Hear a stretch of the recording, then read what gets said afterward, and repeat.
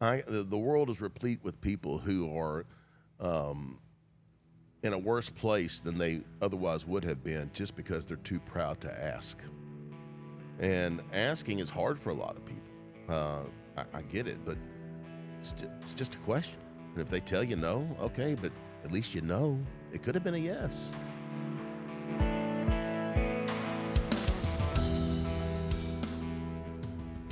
What are you smoking, Dad?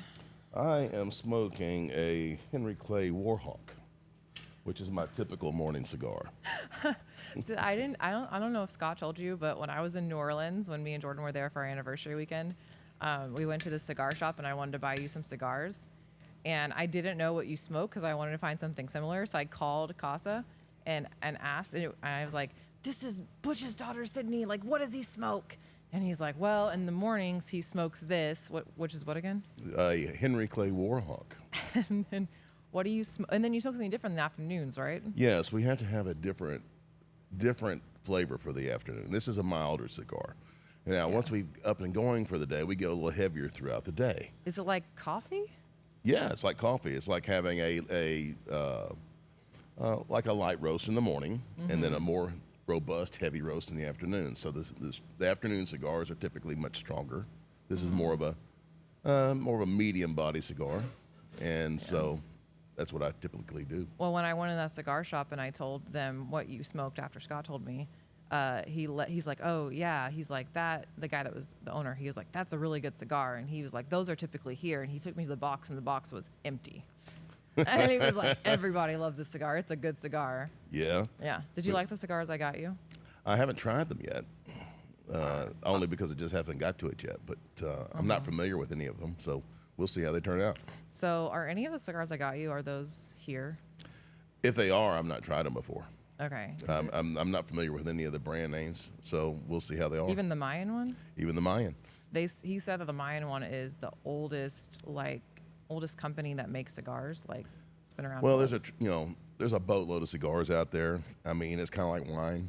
Yeah. And so, they could have been around since Moby Dick was a minnow, and I wouldn't know about it because I'm kind of a curmudgeon. I kind of have my 6 or 7 different cigars that I kind of smoke, and if I like them, there's no reason for me to venture out and try something new. I mean, yeah, you like what you like. It's kind of when I was talking with Dominique about wine. Like, I was like, why do I like Prosecco? And it's like $15. And he's like, it's easy to drink, it's good, and the best wine is the wine that you like. That's what he said.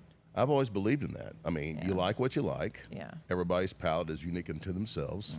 And the bottom line, you're doing it for enjoyment. Yeah. So it doesn't matter what some critic says about whatever it is you're drinking or smoking. If you like it, You like go it? for it.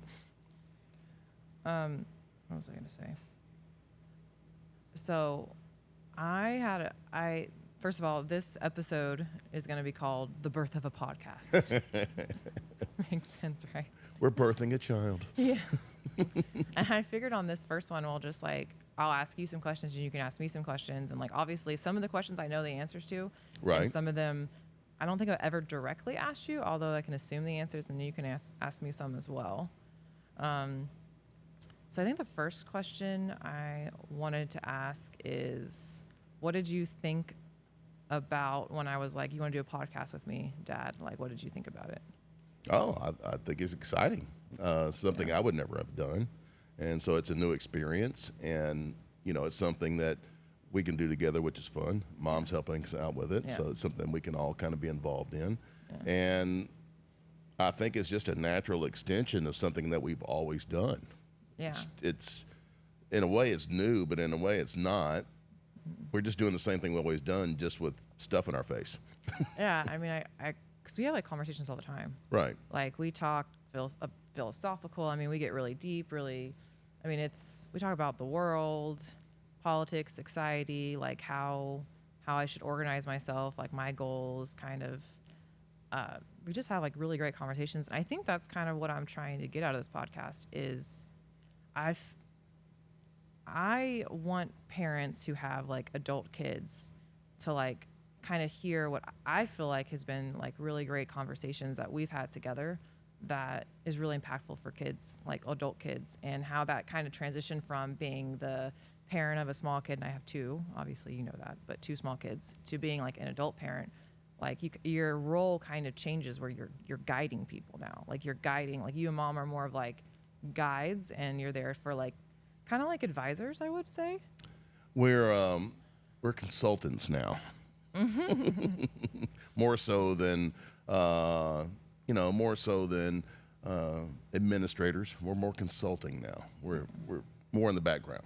Yeah. There for assistance if you need us, but we've got to let you do what you do and try not to get in your business, and you've got to make your own mistakes. Is it really hard for you and mom, like when I tell you, oh, I want to do this or I want to do that? Like, is it really hard when you think I'm making a decision that y'all don't think is the best thing? And is it hard for y'all not to say anything? Because that's one of the things that I feel like I'm really blessed and really lucky that I don't have judgmental parents. And like, y'all don't say, that's a terrible idea. Like, y'all don't ever do that. Well, I mean, fortunately for us, you've not done too many things that were way off the reservation of what we thought was the right decision in the first place. I mean, a few along the way. I mean, Yeah. but by and large, I mean, it's nothing that, I mean, if there was something really crazy, we would say, no, hey, whoa, you need to really think this through. But typically the things we disagree with you on was going to be more around the edges, not necessarily the main thrust of the idea. Typically about timing, things that we kind of disagree with you on was, your nature is to, I want everything and I want it yesterday, and I'm gonna jump on top of things, and I'm gonna go really, really fast, and I'm gonna achieve this tonight. And I do that. I like full speed ahead, and I don't care if I sacrifice my mental state or if I don't sleep. And actually, it made me think of a conversation we were having a couple of weeks ago where I felt like I was kind of like having like a bit of like a crisis where I was kind of like, I feel like I'm stuck in my life a little bit, like not stuck in the sense that I'm not moving forward in what I think I should be doing. And it's like rough, I feel like. And I just feel like I'm not achieving in my career. And you said something kind of like profound. I feel like you say things well, and mom does too. Very creative. She's like very creative in how she talks about things, but you do too, and how you present it is a different way. And so basically, what you said was like, yes, you kind of are at a stalling point. Do you remember what you said? Well, I don't exactly remember what I said, but the gist is when you're progressing through life, my experience in life, when you're progressing, especially like in weight room or when you're gaining skills, it's never a linear thing. It tends to come in fits and starts. It's been my experience. Right. And when you're really challenging yourself, and there's a lot of personal growth, and you're learning something new that you haven't done before, Right. there's going to be a challenging time, and you're going to be questioning yourself. I've been through that too. I mean, do I really have what it takes to do what I think I can do, or am I just fooling myself? That was a question I asked myself over the years at times. I think also I was more talking about, also on top of that, I was talking about how I want to do all these things, but like I don't have the time because I have two small kids, 3 and 5, 2 boys. And so kind of another thing you said to me was, in some ways, like you are going slower than you normally would because you have kids, but you said to me, but you chose this. That's what you decided to do, and that's okay. And would you rather it be the other way? And I said, no. And then you said, then for now, that's okay. And like, there will come a time when it's not like that anymore and you'll go fast. But right now, like you decided because you made a value decision. There's no solutions. There's only trade-offs. Exactly. And if you're going, yes, could you have accomplished your things faster? True. If you had made different decisions along the way, but you would have had to abandon things that you have now. You would not have perhaps maybe a husband, but you certainly wouldn't have children. And, if you have to make trade-offs, and trade-offs about having a family and children, it means that to attain your goals professionally or academically, it's going to take a little longer. That's just the reality of it. And I'm okay with it because I was working in a job a few years ago where, like, you mom remember this. My mom's not in the shot, but she's like right over here. So you mom remember this, where I was in public education and I was a specialist for advanced academic kids, and I taught 2 classes. I was a program director for all the GT kind of programming, and and also it was kind of after COVID, and so we were having a hard time getting substitutes in. So I was like covering classes, and it was so much. And I just had Jack, our second child, and it was rough. Like I thought I wasn't gonna make it. I mean, I was just like, I am miserable, and I remember like being so just tired, exasperated, and I felt like I was being a bad mom because I didn't have energy or time for my kids. I felt like, and I was like, well, that's not gonna work because my kids are my priority. So, yeah, and story short is that I'm willing to make things go slower so I can be more present for the kids, to give the kids the attention. And I want to be the best mom I can be. And the whole point of why I'm doing all this is for my kids. And if I don't have time for them, then what's the point? That's exactly. And so and when it's important to keep your eye on the ball. Yeah. And in my experience, you never seem to achieve your goals as fast as you would like. Things don't come as quickly as any of us would like. I think it's important to keep an eye on the idea. Am I closer to my goal than I was a week ago, a year ago, a month ago, whatever that time frame may be? That's, to me, what's most important. Because in reality, you're never going to get there as quick as you want. That's not going to happen. Oh, it made me think of a question. Okay, so with that in mind, when conservatives say you need to work hard, some people are like, then the other viewpoint is like, but working hard is not enough sometimes. Like, I think conservatives get a bad rap about that because it just seems like we'll just work hard and it'll work out. Do you think that's really what they're saying? Do you think there's a better way that they could communicate that idea? My dad, let me answer it this way. Yeah. My father used to say this: just because you work hard doesn't automatically mean that you're going to succeed, Right. but you're never going to succeed unless you work hard. Yeah. Work hard is a prerequisite of success. It's not a guarantee. Yeah. So if you're not willing to work hard, then the likelihood of success is, unless you get really lucky, is pretty remote. I don't know, another saying that my father used to say, and I think it was a Yogi Berra comment: the harder I work, the luckier I get. Yeah. And hard work makes its own luck. You're a perfect example of that. Your mother and I witnessed you attack problems, and you would have setbacks, and you didn't know how to fix them. You just said, okay, well, I'm just not going to quit. Yeah. And I'll just keep chewing away until I eat this elephant. And sooner or later, you come across, as long as you don't stop and don't quit, you're really never a failure unless you give up, in my opinion. Yeah. As long as there's not a deadline that you got to meet or something like that. Well, what would you tell people my age in their 20s and 30s? Like, when is it time? Like, if I set a goal, let's just say I want to be like a figure skater, when is it time to say, I'm going to give it up? Because it's just like, when is it time to abandon our goals or our dreams? Like, how do you That's a hard determine- question to answer.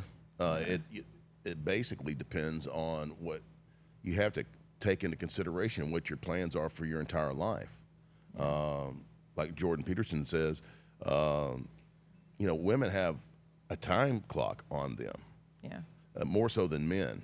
And if you want a family and you want children, by the time you're 35, you've got to start having those kids.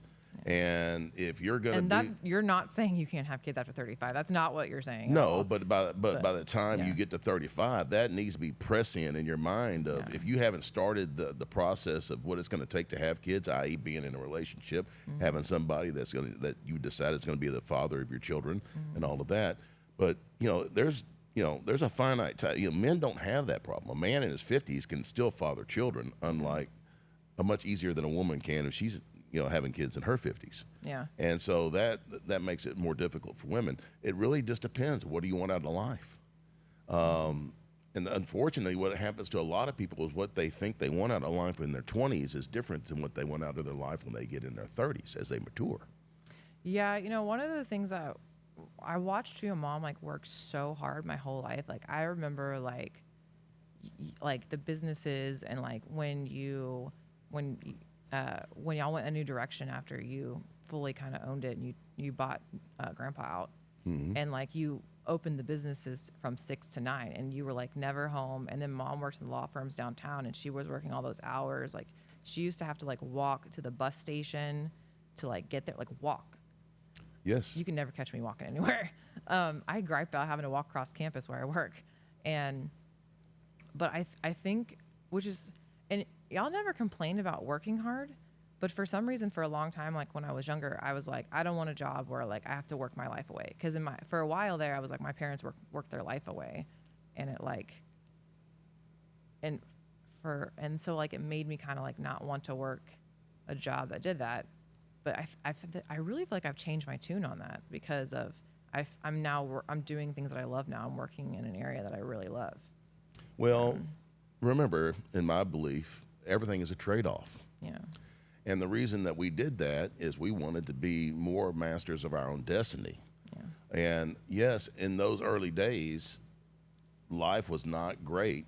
We worked really, really hard for not a lot of return at that time, but we were laying the groundwork for the lifestyle that we have later on in our life. Mm-hmm. And unfortunately, what's scary about that is there's no guarantee that all that hard work was going to pay off.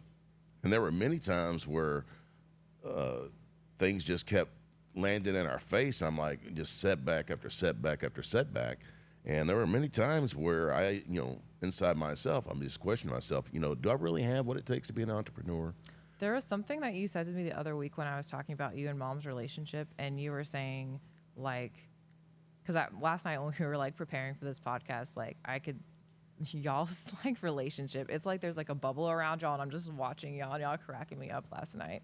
That y'all, like, always had that kind of playfulness, like, my whole life. I've watched it. But there's something you said a couple weeks ago that I thought was really profound, and I was like, wow. And you said about Mom, you said, your mother always, I don't want to get emotional. Your mother always believed in me. I never thought I was going to make it. Like, but your mother always thought that we would make it. Yes. And for the longest time, like, you didn't believe it. Well, I wouldn't say I didn't believe it, but I questioned it. She never did. Never. Mom, like. No, rock solid. I think the same thing in my life, too. Like, I have dreams and goals that I want to achieve. And, like, Mom, like, I'm always like, she's always saying this, like, stop worrying, Sydney, out of your head. But she's always like, 100%, like, you're going to achieve it. I have no doubt. Like, and she's not saying that because she's my mom. She really believes it. I mean, she is my mom, but, like, she really believes it. And so far, she's batting 1,000. Yeah. Pretty much it may not happen in the way that I think or the timing, but pretty much it always happens. Right. The timing never seems to match up. Yeah. And we didn't make it when I wanted to. You're not going to make it when you want to. Yeah. But we made it. Yeah. And you're going to make it. And you have made it. I mean, as far as your mother, I can't speak for her, but I think I can. If you never achieved anything more than you already achieved, I mean, we think you've done a fantastic job with what you've achieved already. Yeah. And I know you have a lot more that you want to do, and that's wonderful. So much more. I get it. But nevertheless, in the process of trying to achieve what you want to, don't forget and don't just poo-poo the achievements you've already accomplished. Yeah. And take pride in that, and the right kind of pride. Pride on a job well done, not the kind of pride where, my stuff doesn't stink and, being uppity, which you're not that kind of person. No. I think I got a lot of that from you and Mom, like the humility. So what's interesting is, like, Mom jokes about this all the time, and, like, so does everybody else. Like, you're, like, the most extroverted, nice guy, like, joking around, and, like, you kind of have, like, a big presence. But also, like, you have, like, a lot of humility. Like, you're one of the most humble people I know. And so, like, I think one of my examples that I give you is, like, Jack, like, my youngest son, Jack, like, he's named after you. And you don't go around telling people that. No. No. You never do. You're weird about it. Why don't you tell people about it? I don't know. I've always felt it was kind of, I don't know. I always thought it made me feel funny when people name their sons after them. It was. But it's not like you named me after, like, y'all named me after you. No, like, but that's the origins of it. You know what I mean? Yeah. I always just felt like it was somebody trying to be bigger than what they were. Hold on. Mom is, like, busting. She wants to say something. Just say it.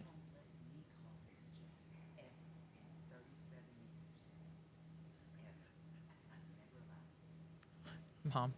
Okay. Okay, go ahead. And it just, I don't know. It just feels funny to me. Yeah. I mean, I love it, and I'm flattered, Yeah. and I think it's a great thing. But I just never been the kind of person that thought it was a good thing to toot your own horn too much. I almost feel like because mom talks about karma a lot. Like I believe in karma, so if I go to like a Whataburger, if I say I'm getting a water cup, I'm getting a water cup. I don't think I told you what happened. Okay, so we went on our I know I'm kind of going right field here. When me and Jordan went on our anniversary weekend, we went to the Golden Nugget and I was playing blackjack, and the dealer paid me when she shouldn't have. Right. And then I said, "Hey, like you shouldn't have paid me," and she's like, "No, I paid you money. I paid you money. No, I see you gave me money. I'm not saying you owe me money. I'm saying you shouldn't have given it to me." I think she looked at me like I was crazy. And then I was like, no, check. And she like didn't want to do it. She's like, "It's fine. It's whatever." But I feel like I had stolen the money. So basically at the end, I gave the money back. You just gave it to her as a tip? Yeah, I gave it Nothing wrong with back that? in. I couldn't keep it, even though she didn't like take I just couldn't keep it because to me it's like stealing, even though that's a little bit dramatic. Your mother and I have always lived our lives that way, and she calls it karma, and maybe it is. That's not the reason that. I don't think she really does it for that reason. And I know I don't do it for that reason. I do it because I set the principle for my life inside myself. Yeah. And that's the kind of person that I admire. So therefore, that's the kind of person I want to behave like. I think like Bible tells us to be humble. Yes. Be humble. So actually that leads me to my first question I want to ask you. I have it written down here on my phone. I like a couple of questions I wanted to ask. What are the standards you kind of set for yourself as like a man, a father, a husband? And like which of those did you really was important for you to like impress upon me like growing up? So I got these mostly from my father. Standard number one, hard work. Standard number two, nobody owes you anything. You have to make your own way in this world. Yeah. Nobody owes you a thing. Go out and get it for yourself. Yeah. Standard number three is just kind of having integrity, which is the way he always said it is do what you say you're going to do. If you tell somebody you're going to do something, you do it. Yeah. If you're not willing to do it, then don't say you're going to do it. Standard number four is be there for the ones that are in your close-knit group. I mean, to be a man is to be there for your family. That means not just in providing for them, but it also means to support them, teach them if they need it, be there for them. Those are basically pretty much it. Now, Mom was always the more of the spiritual leader in our family. Yeah, she was. And I believe in all the same things that she does, but that's, we each have our, areas where we have our strengths and weaknesses, and she's much stronger in that than I am. And so that, to me, is what makes a good union is I have my strengths and she has hers, and they're not exactly the same, which is good because we kind of mesh together. Yeah. How much time do I have left, Mom? How much time? Okay, we're good. I would also say that one of the things that was modeled really well from my mom was that, and I do the same thing with my husband, is that like you believe in your man. You take care of your man. You make sure he takes care of himself, because I think guys will work themselves to death to provide for their family. And I think it's so important as like women and wives that we make sure that we believe in our man. If your man thinks that he doesn't, if he can feel that you don't think he hung the moon or you don't believe in him, like it's not good. I mean, it's amazing what men will do for like, and how far they'll go when they have a woman, I know we say behind, but beside or together, who is like pushing them forward. And I feel like sometimes there are some women, not all, who forget how important it is for that role for them to believe in their man and not to character assassinate, not to put them down. Men will like die for you. They want to make you happy. That's been my experience. Dr. Laura Schlesinger used to say that all the time. Yeah. She used to say to women especially, you don't know how much power you have with your man. Right. And you have the power to make him, and you have the power to break him. And I believe that 100%. Oh, for sure. I mean, now I know when we talk, we're talking like very general, but there was a time when I was in school and Jordan was working and I was in school, and he made all the money. I made none of the money. And he would call me and ask if he could buy this or he could buy that. Like, I was an equal partner in all the decisions made monetarily. There was never like, oh no, you don't make any money, you don't get any choice. So I feel like I've always had a power. I've kind of like driven our household. I'm the head of it in a lot of ways. And I feel like sometimes we forget that. Like women, like we like home is where the heart is kind of thing for Well, women. one of the things that your mother did when we were early in our marriage, your mother was the main breadwinner in our household for a long time. Yeah. She made more money than I did for well over a decade. It was her work and her job that allowed me to involve myself in our businesses and not really have any take home money while we were building our businesses. Yeah. And she never ever held that over my head. Yeah. Ever. Not one time. And that's one I understand from talking to other guys about their wives. That's something of a rare thing.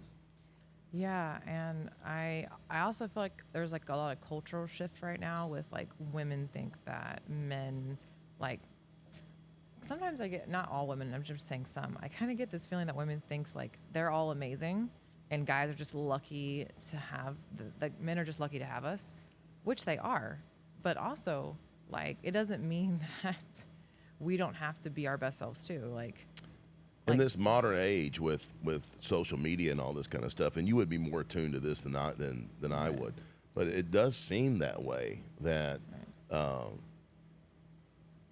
obviously not all women, but many women are a more bigger percentage than what used to have this attitude that their shit doesn't stink, and they're really God's gift to men. And I see these videos, guys. So, well, what are you bringing to the relationship? that's right. Like this. That's that guy that Moses told me to listen to. What's his name? Is it Samuel? I can't remember. Samuel something. I watched a lot of his podcast videos or whatever that he did with women, where like women are like, I want a man who makes $1 million. I want a man who makes like a lot of money because I want to stay home. I want a chef. He's got to be over 6 feet tall. He's got to be like looking Can't good. He can't lose his hair. He's have all his hair. And that's like 1.3% of all men in the world, or something I like that. don't want to work. I want to have a maid or whatever. Yes. I don't want to homeschool the kids. And then the guy, he's like, well, what are you doing? Like, I mean, how much, like, what do you bring to the table? Yes. Well, She's like, I live at home. I have no job, but I'm amazing. yes. In So- what way are you amazing again? And what distinguishes you from every other woman out there? And I also was laughing when I was like watching some of these videos. I'm watching all these women just think that they just didn't have to bring anything to the table, and they just want to get it. And if you want a man that makes that much money until you can live that way, get them early when they're broke. And be married to them the whole time and make sure they're wealthy, because when we were first starting out, me and Jordan, we made nothing. We were broke. We had to like come to our families' houses and get groceries. That's what your brother and I were exactly the same way. We used to trade off meals. Who got to eat tonight? Okay, that's you. I'll eat tomorrow night. And it was that exact way. And I think that's really important to go through that. It teaches you how to handle money. It teaches you how to work as a team together. Mm-hmm. And it really solidifies the union of it's just us, kid, against the world. Yeah, it really does feel that way when you kind of start from like you have nothing when you're first married, and then like you have something. Because I mean, me and Jordan have been married we just celebrated our 11th anniversary. And when we got together, we were eating off a $1 menu at Jack in the Box. We made no money. He made, I think it was like $17 an hour, which is actually pretty good. But he worked construction. He worked 6 days a week. He was never home. He pulled wire. And I went to school, and then I graduated in 2.5 years. I worked a ton. We made it work. And then now, 10 years later, he's put in his time and he's learned all this. And now he works for a big plant that pays him really well. He gets bonuses, he gets benefits.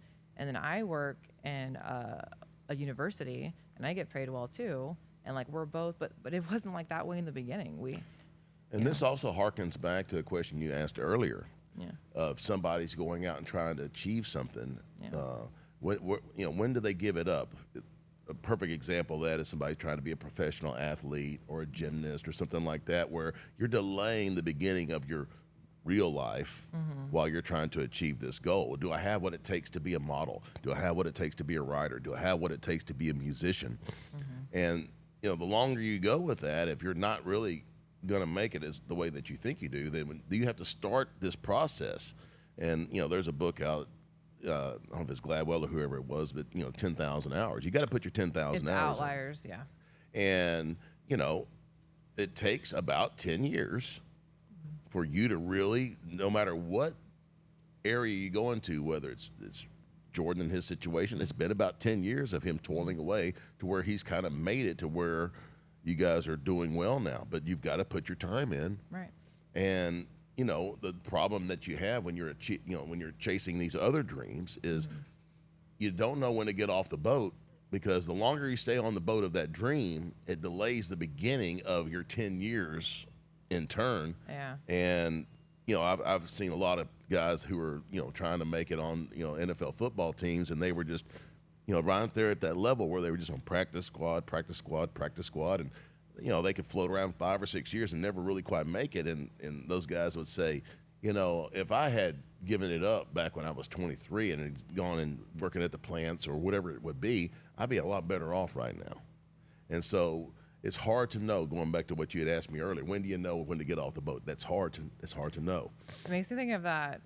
You told me one time that there these models who would go to like this modeling person. Yes. Kind of like a Miranda Priestley, and they would model, and she was like, honey, you don't have it. She would come to them. It really impressed me. She goes, I would go to those girls and I would tell them, you do not have what it takes to do this. And I was firm with them, and they thought I was heartless and mean. Right. What they don't understand is I'm doing them the biggest favor in the world, because a lot of these other people around here will lead them along and use them for their own purposes, knowing full well they're never going to make it. And they waste all that time when they could have gone out and done something else. They've wasted all that time. They could be going out and beginning their family and beginning their careers, or deciding what direction their life is going to go, instead of wasting 3 years, 5 years, 8 years, or worse. Right. And I also think sometimes people get into, I think the thinking on this is wrong. Okay, well, I worked really hard, but I didn't become an Elon Musk, so I failed. I think this idea that work really hard and then I should be able to get to Elon Musk is standing is like really not good thinking, because that is like, he's like 1 in a million or 10 million. He is an outlier. And I don't think looking at the top CEO in the world, the richest person in the world, is something you should be striving towards. I think you should be striving towards to be successful, but that's not a failure. I mean, if you are comfortable, and what I'm trying, like, what I'm trying to say. I know. I let me parse it a different way. Yeah. I think there's nothing wrong with striving to be Elon Musk. There's nothing wrong with it. There's nothing wrong. Shoot for the moon. But when you're evaluating your performance of yourself, if you don't hit this best mark in the world, doesn't make you a failure. And it also doesn't mean that the world was against you. No. Or that somebody held you back, and if they hadn't, then you would have been Elon Musk. There's just so many precepts that have to be fulfilled in order for people to be that successful. And there's a little bit of luck that goes in every really successful person. A lot of it, don't get me wrong, it's not all luck. I mean, these people got there through hard work, determination, and their abilities and their skills. But right. A little bit of luck comes into it. Malcolm Gladwell talks about it in some of his books. You had Steve Jobs, you had Microsoft guy. They all came up in a time. Bill Gates with Microsoft, he was lucky to have his school. He happened to live in an area where his school had access to a mainframe where he could do things that nobody else in the whole country could do. So he got those hours in that practice. He got his hours in just because he was lucky enough, just off a pure chance, to happen to be in high school that had access to the Bell Labs mainframe at night or something. Don't hold me to that, but the idea is still the same. Same with Steve Jobs. They all grew up in that same area in that same time frame. So yes, there's a little bit of. Don't get me wrong. He did what he had to do, and he had the talent to get there, but it's not everything. My next question was, how did you manage, just kind of talking as dad? I know you and mom together like my parents and like you guys were on board with a lot of things, but you specifically as just like the father figure dad, like how did you manage to set the balance between being my dad, who's kind of said like, be your best self, aim high, get out there in the world and achieve and work hard, and like not being a tyrannical, judgmental kind of too harsh parent. Like, there's a balance, like, because you can see in any movies like that dad that's like, you're a failure, work harder, like you're not good enough. And then there's the dad that's like, go out there and be amazing. Like, how did you maintain that balance? For me, I've always told you this, I expect A's from you. Right. And you always say, well, what if I can't make an A? And I always told you, if you truly, the best that you can provide is a B, and you're laying it all out on the line and you're giving me everything you got, then a B is perfectly acceptable. Right. And I believe that you as a parent know your children well enough, and you know if they're trying their best. Mm-hmm. And if they're giving it all they got, then that's all that I think a parent should ever ask for. That's all I ever asked for. I never wanted to see you give a B effort when you had A effort in yourself to give, and you didn't. You always gave A effort, even when you didn't get an A. But bottom line, Sydney, you didn't get that many B's. By the way, Mom, I got an A in that class. Me and Mom were talking on the way to work the other day because she went to go help me with that summer institute at the university, and I was like, I think I'm going to get a B in this class I'm taking for my doctoral degree. And she's like, it's okay, Sydney, it's a B, but I got an A. So I just wanted to say. Yeah, our biggest thing for your mother and I, and especially for me, is what we wanted to teach you about the world is the world doesn't owe you anything. Yeah. You have to go and make it on your own, and you don't be dependent on anybody else. You be self-reliant. And going out and attacking a problem until you figure out some sort of solution is my opinion of the best type of being self-reliant. Also, another thing that you used to say to me growing up, which I don't think you realize how powerful it is, because it's kind of merged in everything I do, is that when I say, well, what about this? What about this? What would they say? Just go ask. You're like, just ask. And if it's no, it's no. But how will you know unless you ask and you put yourself out there and you try? It's okay. The world is replete with people who are in a worse place than they otherwise would have been just because they're too proud to ask. Right. And asking is hard for a lot of people. I get it, but it's just a question. And if they tell you no, okay, but at least you know. It could have been a yes.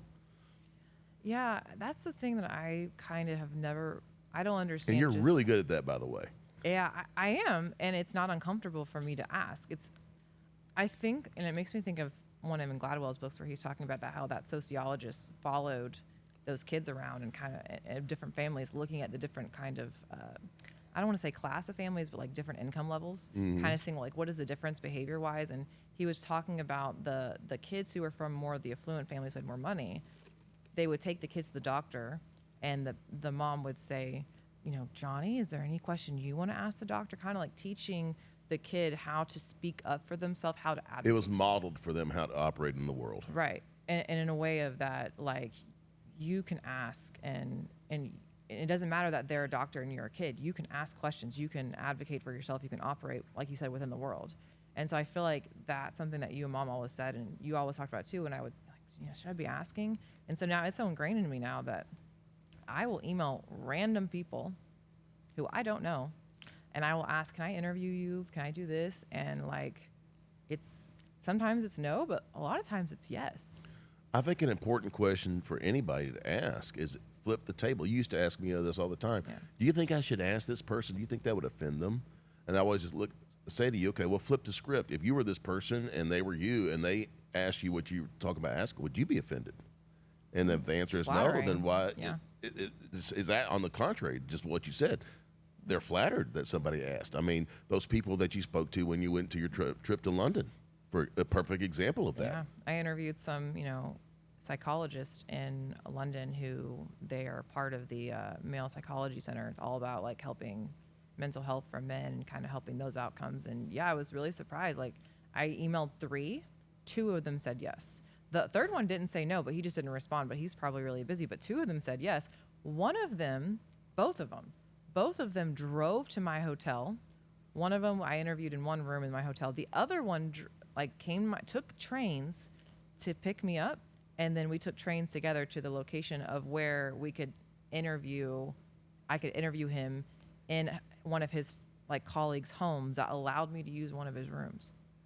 Yes. Just because I asked. Exactly. And yeah, and I was like, I'm a doctoral student.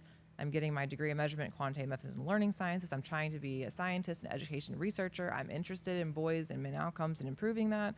And like, I really am interested in your work and I want to learn. And like, it was quite amazing. But yeah, like opportunities present themselves, but oftentimes if you ask and you are assertive enough in a polite way, you can create opportunities for yourself. Yes. Go out there. I call it leaning into the wind. Yes. You should always be pushing, and because nobody else is going to do it for you. You are your biggest advocate. Yes. Nobody is going to do for you as much as you're going to do for yourself. That's just human nature, and that's life. Frankly, you don't want somebody to advocate for you all the time. I mean, like, who knows you better than you? Who knows what you need better than you? And not only that, you need to know how to advocate for yourself. If Yeah. you leave it to somebody else, then that's a skill that you're leaving undeveloped. For example, we were having a talk about your husband, Jordan, saying things that he needs to get better at if he's going to move up and be into leadership. There's some skills he needs to develop. And by you not doing those for him and he's having to do them for himself, he has to develop those skills. Yeah, because I mean, I'm coaching him all the time on this because like I'm an extrovert and he's like more of an introvert, but he is the most amazing, intelligent, humble, selfless, loyal person. Very smart, very fair. He would be a great manager. But you know, part of like moving up in leadership positions and moving up within companies is you have to be a people person. You have to talk. You have to make those connections. Absolutely. And he's more of a person who wants to sit and listen and be the last one to speak, which is a good thing. But when you're trying to get there to that place where you can actually sit and listen and you're the manager, it takes people skills. You have to network. Absolutely. And that's one of the things when you were a child, your mother and I were always very cautious to never do things for you. Yeah. We would give you assistance and guidance, but you know, we didn't write your papers for you. We didn't figure out your math problems. Now we'd help you with it, but you had to learn how to do it for yourself, and that's really important. And that leads me into thinking about the biggest example I can think of that for me is I was bullied a lot in elementary school. And I used to come home crying and like telling like y'all about what this girl was doing to me. Her name was like Macy Johnson, and she was like, I don't know what her thing was, I guess. Another thing is like when I was in school, I had other people like thought it was weird because I was so nice, which I never understood that, but whatever. But anyways, like I would come home and like tell y'all this, and like y'all would coach me on like what to say. And so I remember you telling me, then I was like, she won't leave me alone on the bus and this and that. And you were like, just tell her, why are you so obsessed with me? Like, I know you like me. It's okay. But I'm interested in somebody else. Like, stop being obsessed with me. And like, you would coach me, but y'all never went up to the school and like tried to handle it for me. Why is that? Because you need it. She's not going to be the last person that you're going to run into in this world that's going to act that way. Right. And you need to develop the skills that it takes to protect yourself and deal with people of this nature. Yeah. Now, if you had run across somebody who was doing something to you that you had no power to fix, like say somebody physically doing something to you, then I would have stepped in on that in that case. But no, these are things you can handle on your own, and you need to learn how to handle on your own. Yeah. It was really hard, but looking back now, it's for the best. And so when my son comes home and tells me that somebody was picking on him, my mom response is, I want to go over there and like slay the dragons. And don't think we didn't want to do the same thing with her. Well, I know your mother wanted to go pull her eyes out. I know mom did. Like it was so like. I had to lock her in the closet, metaphorically, of course, because she was getting ready to claw her eyes out. Yeah. But so when Luke comes home and tells me that he's being bullied, I have to like coach him on how to handle it. I've also like coached him on how to get what he wants, in the sense of like he wants to play a game and they don't want to play with him. And I'm like, buddy, you need to learn how to persuade people to get what you want. The goal is not to play your game. The goal is to get people to play with you as close to the game that you wanted to play. It's better to play with people than nobody. in most situations, not always. The reason you can't fight their battles for them is because if you did, you can't always be there to fight their battles for them. And Right. what's going to happen when you're not? You don't happen to be around. What are they going to do? Yeah, it's I put it like this way when I say like kind of what is the big role or the big kind of impact I got from each one of y'all. Like mom, I feel like showed me that I was a shining light and that I could be loved and the world is a loving And place. you were worth I'm being worthy. loved.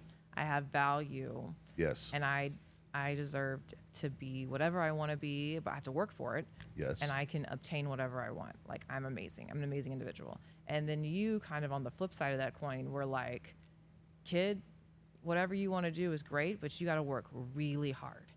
And Yes. like I'm behind you, but like get out there and nobody owes you anything. Work your butt off. And like it's not going to be easy. And get out there. Slay the dragons. And my experience is that anything worthwhile is rarely easy. Yeah. If it was easy, everybody be doing it, then it wouldn't be worthwhile. But some of the things I've noticed as I've gone on is if something comes to me easy that I wanted, it's not as fulfilling. You don't value it as much. No, I don't. And it bums me out. It's like, I think sometimes like some of my degrees I've gotten or some of the things that I've achieved, I feel like I didn't suffer enough to get them. So it's like not quite as great as the other things I've worked so hard to get. Well, you're suffering through this one right now. Oh man. It's yeah, I am. You're going through some personal growth with some of the statistic stuff that you're doing, I'm imagining. Oh man, statistics and numbers is not me, but I'm working on it. It's fascinating. I wanted when we're talking about bullying, I wanted you to tell that story you told me because just like how you and mom didn't handle the bullying when I was a kid, there's a story that you told me when you were growing up about you were bullied a lot as Yes. well when you were growing up. Right. And I was bullied by one girl on a bus with words, but you were bullied by like a group of boys, right? Yes. So can you tell the story about what Grandpa said to you when you came home? I think it's a great story. It's a great life story. It is. Okay, I was the youngest kid in the neighborhood by about 4 years. Right. And this is before I got big. And everybody looks at me now and says, well, how could anybody ever bully you? Well, I was 6, 7 years old. Because you're 6'2" right now. I'm and- 6'2", 300 pounds. Yeah. Ex-football player. Yeah. Nobody bullies me anymore. Yeah. But back then, when you're 6 and 7 and everybody around you is 12, 13, 14 years old, they picked on me. I had, they would hold me down in ant beds, just all kind of stuff. My nose is going. So there was this one boy who was, he would beat me up on a daily basis, and I'd come home and be crying because I got beat up. My father finally told me, he says, boy, let me tell you something. The next time you come home beat up, I'm gonna give you a whipping. And I was completely shocked. When you told me that your dad's like, oh, if you come home and let somebody else beat you up, I'm going to whip you. Like, I was like, are you kidding me? And I said, what are you talking about? I mean, it's not my fault. This guy's bigger than me. It isn't your fault. No. He, it's unfair. he said, let me tell you something, boy. For the rest of your life, there's always going to be somebody bigger than you. You got to figure out how to deal with it. Pick you up a stick, pick you up a rock. I don't give a damn what it is. You find you something and you take it to this kid, and I don't care what you got to do, you win. And so, sure enough, I was more scared of my father than I was anybody else. And I was like 6 or 7. This kid was like 14. And It's like, what? and my dad had he was in the Marine Corps, and he had one of these little Marine Corps shovels. It's a little green shovel that has this folding head on it.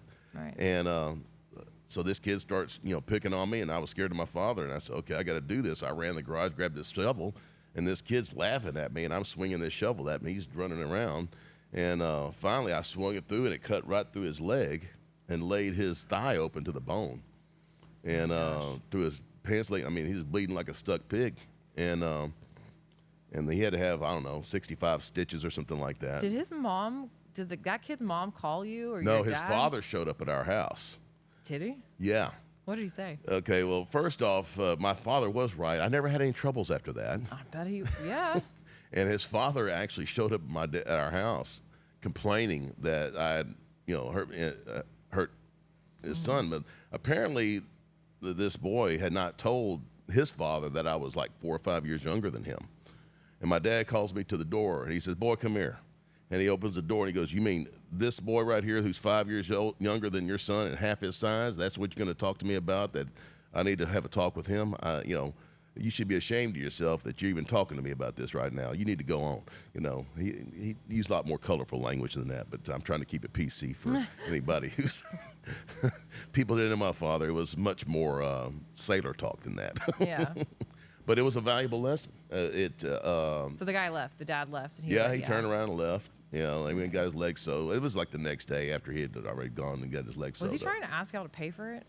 No, he was just complaining about it. You need to, rein your kid in like it was me that, how people tell stories and they live out, pertinent parts. And he had it and, he had been told in such a way that I was the instigator of the whole thing. Yeah. And I was some sort of tyrant out there hurting kids.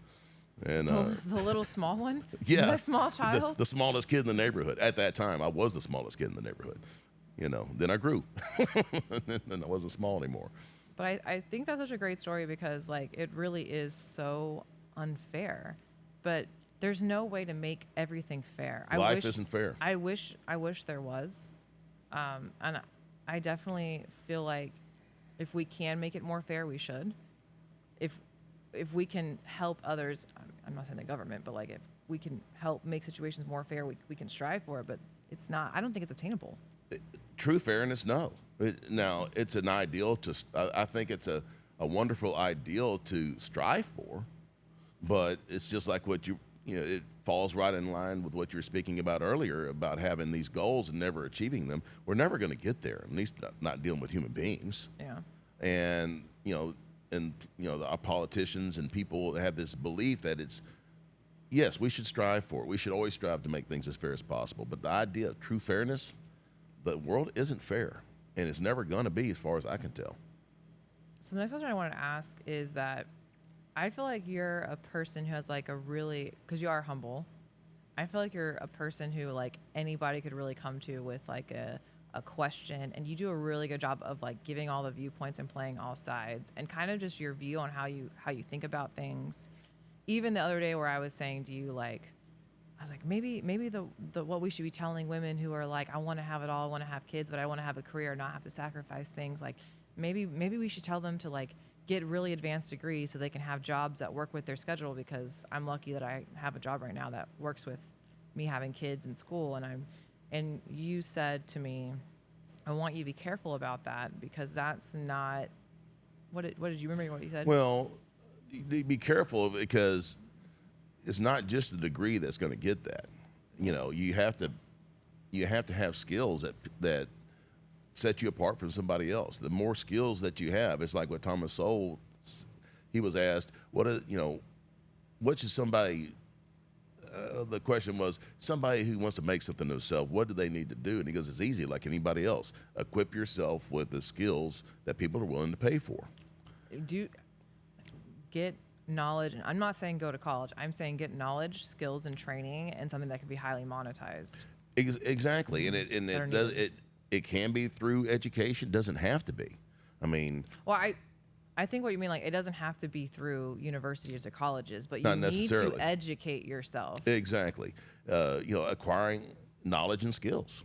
Knowledge is power. Skills give you that, and that's what it takes. Because the more knowledge and skills you have, the more rare you become. And then what you're starting to experience in your life, you have more choices. And the more choices you have, then you can kind of dictate. You have more control of wherever your life is going to go. Yeah. It's like when you go to a grocery store, and the more choice you have, the better deal you're likely to get for your money. You're going to get a better apple. You're going to get a better banana because there's more to choose from, as opposed to like in a communist country, you got one apple and it's a crappy apple, but it's all you're going to get. Yeah. And so this is just a metaphor for that. Yeah. So it's not just that I have advanced degrees. It's that I have skills and I'm a problem solver. I'm creative. It has more to do with that than the degree itself. I'm not trying to my own horn either. I'm just saying. No, but I mean, there's plenty of people who have degrees that don't do anything with them. Yes.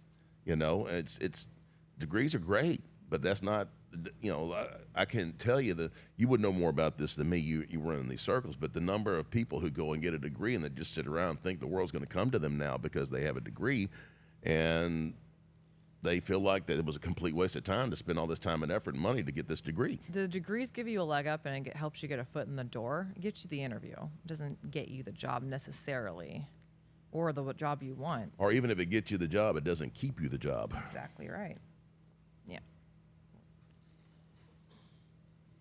Yeah. I think also, like, if you're not succeeding but you feel like you've hit all the requirements to be successful and you still haven't become what you wanted, you really need to evaluate what is it you're trying to achieve, and like what could you change to like move the dials, if you will. Well, you need to be careful with that. Yeah. You may not feel like you're succeeding, but you may be succeeding and not realizing you're succeeding. Yeah. That's That true. your mother and I experienced that in our professional life. I mean, depends on how you measure success. Mm-hmm. A lot of people, I think, measure success in the wrong way. They measure success only with how much money they're bringing home, Yeah. and that's important. Don't get me wrong, but there was for 15 years I never brought money home that was anything significant. But during that 15 years, we were gaining equity in our businesses, and at some point, those loans get paid off, and then boom, it's like just a blink of an eye, you start making good money. Well, the groundwork for that was in the years in the making, and at that time, it would feel like we weren't gaining anything, but we really were. You just couldn't see it. Oh yeah, I have a perfect example for that. Jordan just, he's kind of in a new kind of role right now, and it changed like his hours, but also he took a slight pay cut, and we were talking about that. And he's making less than he made before. So like, is it really worth it? And it is, because it's a step in the direction of, where he wants to go and what he wants to be. And so yeah, we're taking a pay cut. But it's really worth it because it'll help down the road of where he's trying to get to. Well, it's the same thing that Google did when they started Google Maps. They spent billions of dollars going around with the cars and the stuff and all that, and lost a lot of money for a lot of years building up this database. Yeah. Once they had it, then boom, it just explodes. Same idea. Yeah. What would you tell? I never got to ask you the question. So why do you think you're such a person who's like so open-minded and can really be honest and analytical, can really give all the perspectives and be really thoughtful before coming to quick judgment? I mean, I don't even think you're a really quick to judgment person anyways. Like, you can really, you really remind me a lot of like kind of how Thomas Sowell like talks about stuff. Like, you really make me mimic him a little bit. Does he like really like influence you? Well, yes and no. I mean, he didn't influence how I was already doing the things that I do before I even learned about Thomas Sowell. He just confirmed what I already believed. It's crazy. It was my father, and the fact is, my father didn't do that. And for some, I had, somebody asked me this one time. Well, who taught you this? I don't know that anybody taught me. I just saw my dad do things the way he did it, and he was really good at some things, but then he was horrible at other things. And I would think that's not the way to be. I don't want to be like that. I don't want to just fly off the handle and not take all. I just think it just, for as long as I can remember, it just makes sense. If you're going to make a decision, you need a way. These snap decisions are typically bad. Well, did you see the benefit of that from somebody else? Like how they took time to come to a decision and it was a benefit to them? Or you just kind of knew that it didn't work out so well to do it the opposite way? I guess, I spent a little time with my mom's older brother, Jim, and Jim Stansel. And he was more of a logical kind of guy, not very excitable. And when I was around him a couple of times, watching him solve a problem. Well, hang on now. Let's see if this, okay, well, this may not be working. Let's look it over here. And it kind of impressed me a little bit. And then I didn't hang out with him a lot. Yeah. But just his method, it was not that it was the scientific method, but it was a logical kind of thing. And it just made sense to me. It just kind of, it just made sense organically, I guess. Maybe I just got lucky and I was built that way. I think it's like a little bit of both. I think seeing what didn't work and what did work. I feel like you are a lot like Grandma Eleanor too, like very like. She was that way. She was more, kind. She was more not highly emotional. Yeah. And she talks about her parents, how they, they never really were touchy-feely, very logical. And the problem with being around logical people don't feel that emotion. And so my dad was very emotional. My mom was more logical. Yeah. And it makes me more logical because when you're emotional, I always feel like I'm out of control, and I don't like being out of control. Yeah, I agree. I'm very like, that's another thing is I remember there was a time where I thought I wanted to stay at home, and when I told you about it, you were like, I remember what you said. You're kind of like, I don't think that's what you're gonna. I don't see that for you. I don't see that. You didn't say, oh, that's a bad idea. You're like, I don't see that for you, kid, but like, I could be wrong. And I stayed home. It was after I had my first kid, Luke. I stayed home for 4 months, and I was so happy to go back to work. And Yes. it's not because that I don't think being a mother is important or like it's not number one. Or No, but for you have to climb mountains. I have to climb mountains and That's you. When you get on top of one mountain, you're going to sit up there for about 20 minutes. Okay, let's go find another one. That's what you've been that way your whole life. I also I think I kind of like I had an epiphany the last couple of months of like why that is, and I think that I took Jordan Peterson's personality test. I'm highly neurotic, very high emotional, very sensitive, I feel emotions very deeply. Yes. And so I'm also very highly extroverted. So I feel like one of the ways that I don't get depressed or don't get sad is by going towards these mountains, and I get like a dopamine hit and like overcoming them and striving and learning and growing, because we learn about this in the Bible, but we also Jordan Peterson talk about this all the time. Like, you want to aim to be your best self, go forward, and it's in the growing, in the changing, and the suffering, in the way to become your best self that you find purpose and meaning, and you find your place in this world, I think. I don't have any empirical data to back this up, but I just feel like busy people are less likely to be depressed. There's actually research to show that like when men stop working, they like die. And I've seen that. I've also seen that men work too much, they die. I had a friend who just had a stroke recently because he worked himself I've just too much. noticed as I've witnessed, addicts through. Yeah. Most addicts aren't very busy. Yeah. People who aren't addicts I don't have time for all that stuff. I'm too busy to be sitting around getting drunk all the time or shooting up or whatever it is. Yeah, I have to keep my mind busy, because if I don't keep my mind busy, it's like I default to like not good thoughts, like about myself and about things. So my mind's always engaged in something that's positive and that's good for me, and it really helps me. And I'm also very particular on like how our life is, what I watch, what I listen to, who do I talk to, who do I hang out with. I'm very particular because I am so highly neurotic that if I hang out and talk to somebody and like they can really affect how I feel. It's hard to explain to people who have never dealt with depression what it's like, but what it's like to kind of battle that all the time is, my best example would be, if you've ever stood on the sidewalk and it's sunny and it's beautiful and you can feel the heat on you, and then a cloud comes over it, and then it's dark and the warmth is gone for no apparent reason, just random. That's what it feels like with depression and pain. Depression is pain. Right. You felt depression. Mama has felt depression. I myself don't think I ever really have. I don't know what that's like. And I'm so jealous. So jealous of that. So happy for you, but so jealous. It's just the way that I think it's just the way that we're built. Conversely, I don't have the creativity that you two have. I also think that, it can be kind of hard being people like me and mom, our volume dials are so turned up, like emotional.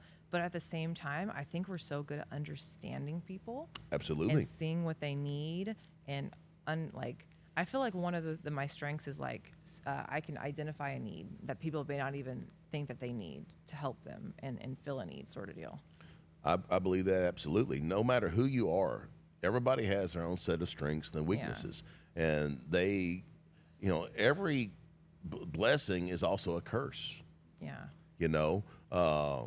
It just depends on the situation. I've always said this to you, that this drive that you have is one of your biggest assets. It's also your biggest, Achilles heel. Which is why mom's always like, Sydney, calm down. Stop being all anxiety. Get out of your head. Why do you always think that way? Like you're going to fail. Why? And mom always talks about her OCD. Yeah. And I've always felt like that, well, the OCD, she's got, in my opinion, she's got just enough OCD, enough to make her really organized, made her a tremendous legal secretary. But it wasn't so bad where she was, I say this all the time, it wasn't so bad that where she was stuck in the bathroom for 20 minutes washing her hands 57 times. Like that so it's movie. just a little bit OCD's okay. Like that movie with Jack Nicholson in it where he has like all these bars of soap and he just washes it one time and throws the soap away. It makes no sense to me. Yep. Everybody has we all have it. Everybody has their baggage. Everybody. Well, I also think that's my role as a parent, and like you, mom's role is. I really think as parents, it's really important that we help our children figure out what those strengths are, and help to bolster them forward in that direction. Help, and also what their, I don't want to say weaknesses are, but what their struggles and how to equip them, how to overcome them, and how to utilize them. And that takes, you have to know your kids well. Or maybe you don't maybe sometimes you never overcome them, but you learn how to manage them better. It's like refashioning like a sword or a weapon. You're reusing it to strengthen them. Well, you take what you have and use it to its highest purpose. Yeah, definitely. Which is what they teach you in economics. Which is kind of a strange segue, but it's interesting in that way. So what I remember the most about growing up, specifically just focusing on our relationship, like with mom, like I remember just all of the spiritual conversations we had, and just kind of all the shows we'd watch together, how we'd watch The Ring and then sneak off together and eat Burger King and like cover up the windows and watch these scary movies. And obviously we have a Ring story for another time, but like all of these, I'm not even going to go into it. I can't believe she did that. I guess we'll talk about it right now. The Ring is the movie where that you watch a movie and then you get a phone call saying you're going to die in 7 days. And so mom called me on the phone. Okay, well, no, you're forgetting the most important part. What am I forgetting? The part where she told you, Sydney, you do not want to watch that movie. But we did.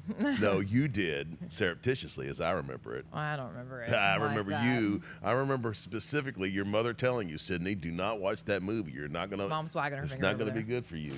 And you did it anyways. Mm-hmm. And so Mama decided to teach you a little lesson. Mm-hmm. Why don't you tell everybody you're listening what happened? She called me on the. I think she hid in the pantry. I remember landlines. And she called. We had a house phone. That's right. We had a landline. She called me on the house phone with the other. I think we had like 2 or 3 house phones, and so you can call the other one. So she called and I answered, and she's like 7 days, and I came to the house screaming. Oh, I said in 7 days. Oh, like yeah, she said in 7 days you're gonna die, and I came screaming through the house, freaking out. Now, if you hadn't watched that movie, it wouldn't have meant anything to you, would it? No. So those things I remember, but then what I remember about when I was growing up with you, it's like we would be in the car, and I feel like I learned so much in just our car rides on the way to school when you're dropping me off. Like we would have all these conversations, and I asked like a billion questions, and you knew the answers to like everything I ever asked. Did I? I felt like you did. Like I don't feel like there was ever a question you didn't have the answer to. But then again, I'm a little kid asking these questions. But I feel like these conversations were so impactful because that's what I remember the most. It's like me asking questions and should I do this? Should I do that? And just having this dialogue. And so one of the things, it's like you never told me what to think. You always tried to show all of the arguments. Like, especially when we have like for instance, right now in politics, it's really charged. But like you would say, okay, well, the Democrats kind of, they say this and the Republicans say this. And I'm like, okay, well, this sounds good. Why is that bad? And you would kind of show this is what the Democrats are talking about. Like, and they're kind of right here too. And this Republicans say like, nobody's really all wrong, but you really did a good job of persuading me and showing all the viewpoints, not just trying to indoctrinate me into your viewpoint. Well, I like to sum it up by saying I tried really hard not to tell you what to think. I tried very hard on training you how to think.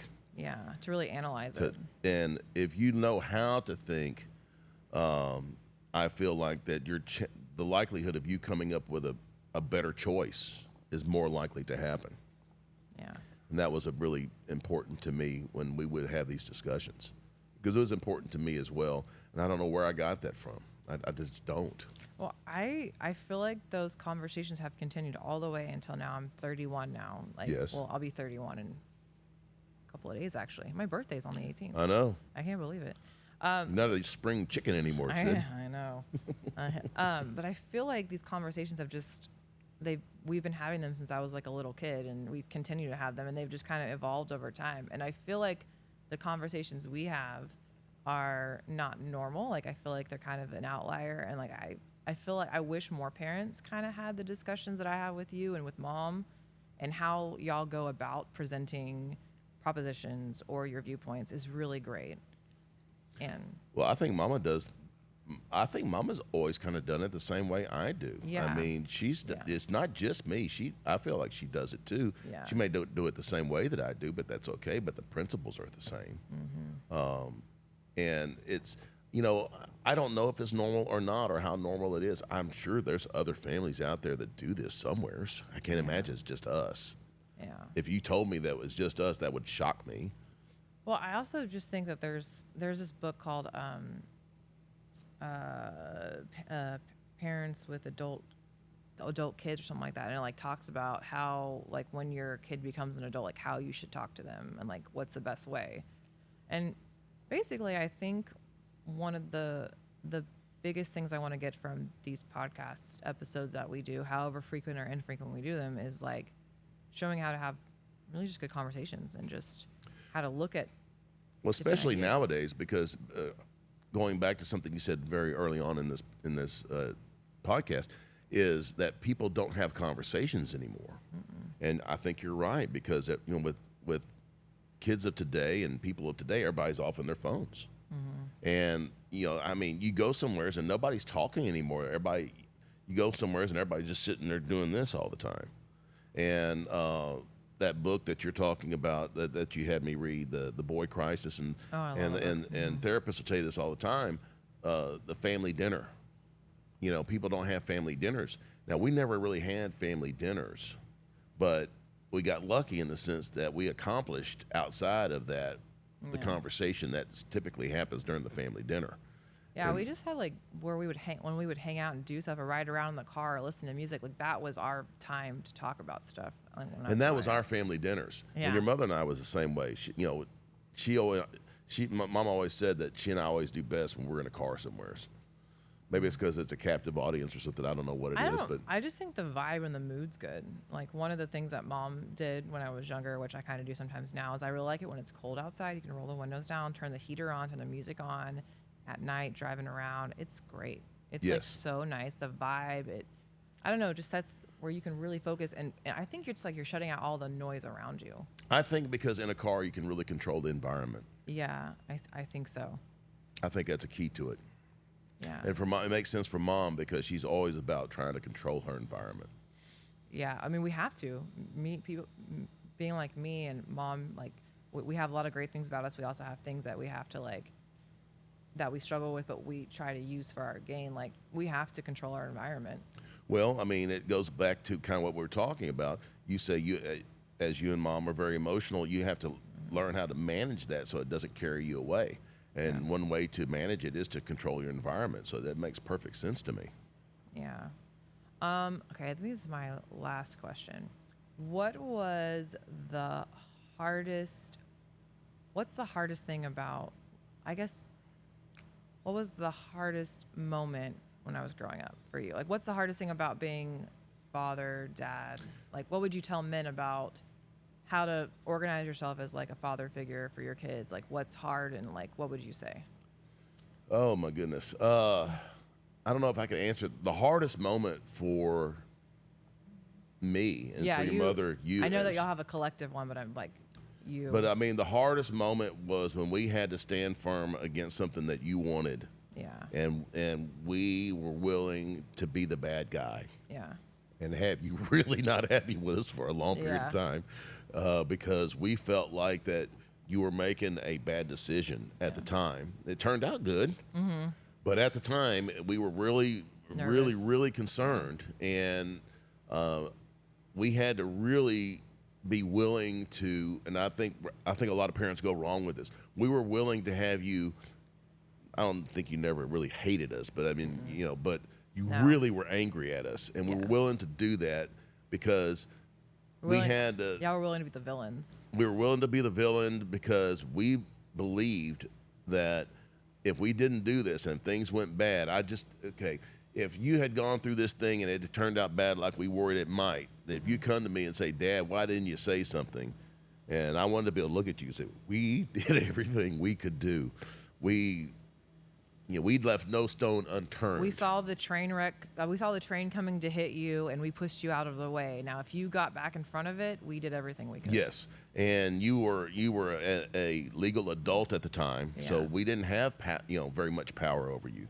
Yeah. And your mother and I were not going to be weak in our mind of not doing our job of advocating for what we felt through our experience. It's not that we're smarter than you, but we've just lived longer than you. We've seen a lot more, especially at that time in your life, Yeah. which is true for any young person.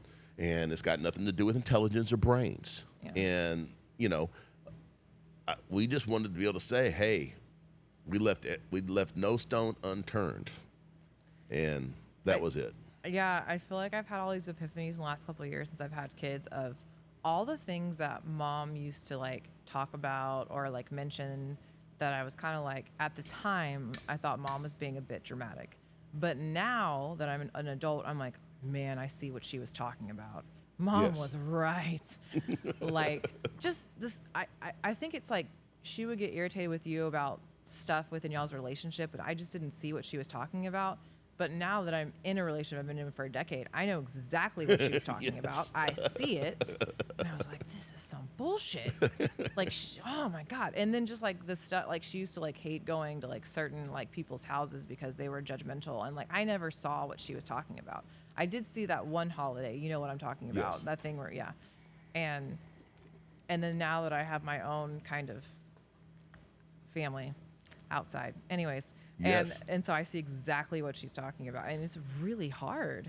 Well, one thing that we learned, and the world looks different when you're 25 than when you're 19. Oh, that's for sure. And then the world really looks different once you become a parent at whatever age that happens to be.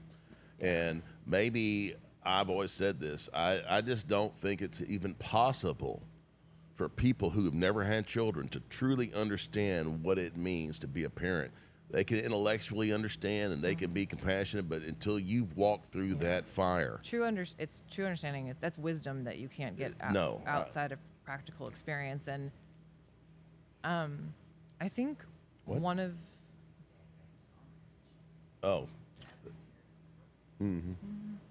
one of the things that's hardest as a parent is kind of what the example you gave of like saying no to something or kind of standing firm on something. It is really hard to like be firm on your kids. It is so hard to tell them no and to demand a certain behavior. And here's the thing that Peterson says too.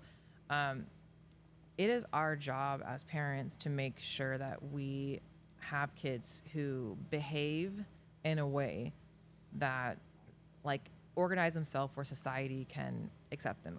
Like they have to be able to be cooperative with others, And so I had this weird conversation, not weird, but it's just a very strange conversation I had with Luke's teacher like last year where I said to her, okay, so what's he doing? Oh, he's jumping around. He's getting out of his chair. And I'm like, okay, well, tell him to sit down and do it now. Be firm with him.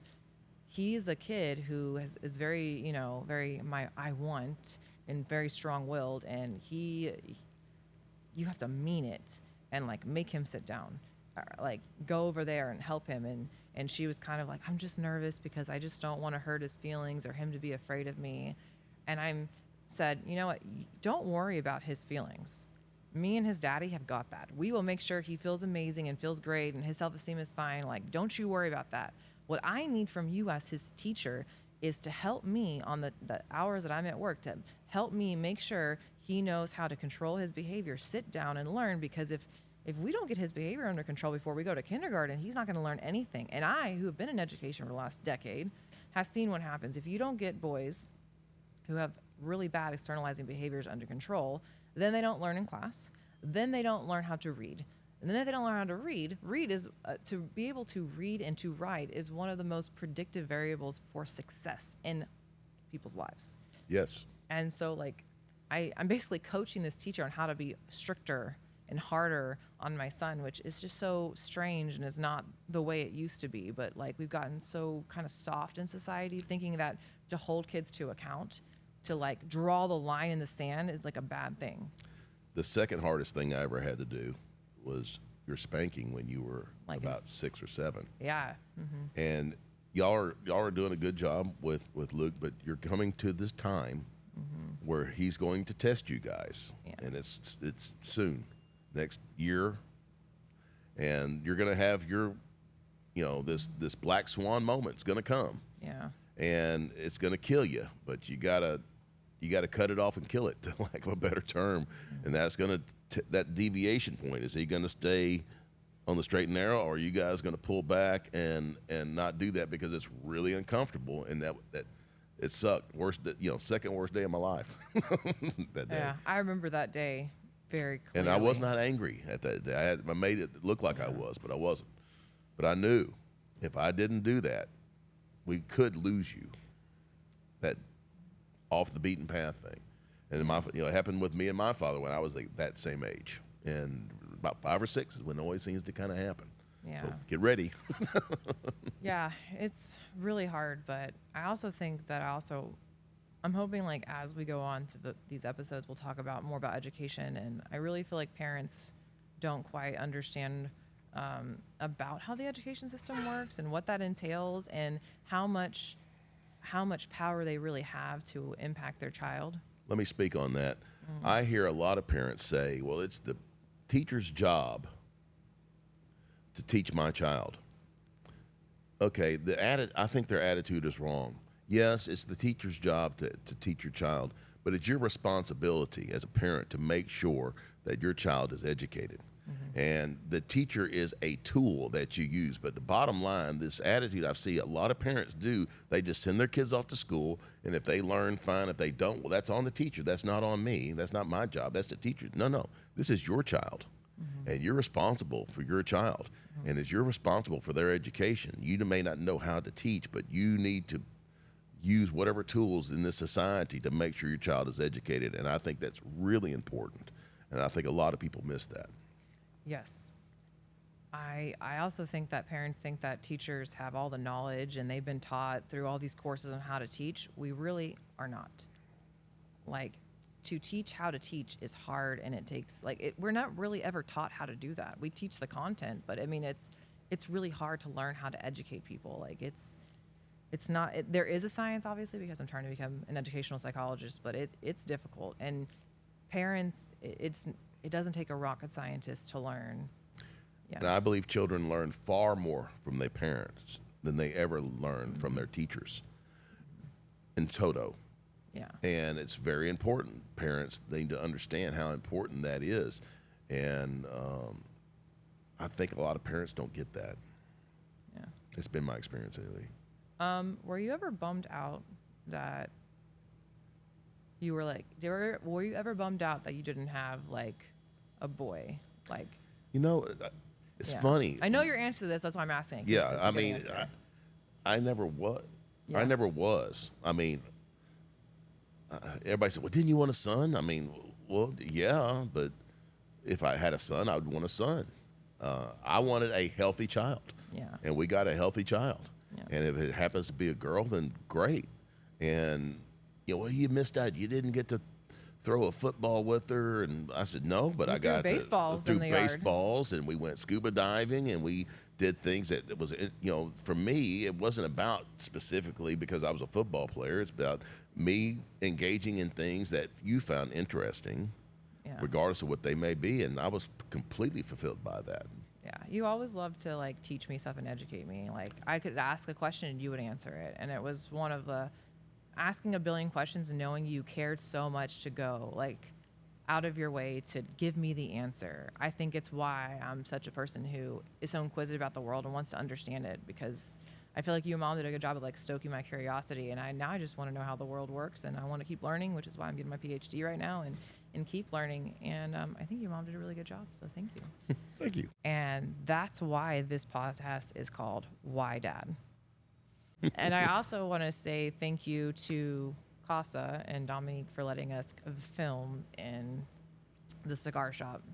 and it's really amazing here. Yes. So, anyways, that's a wrap. All right.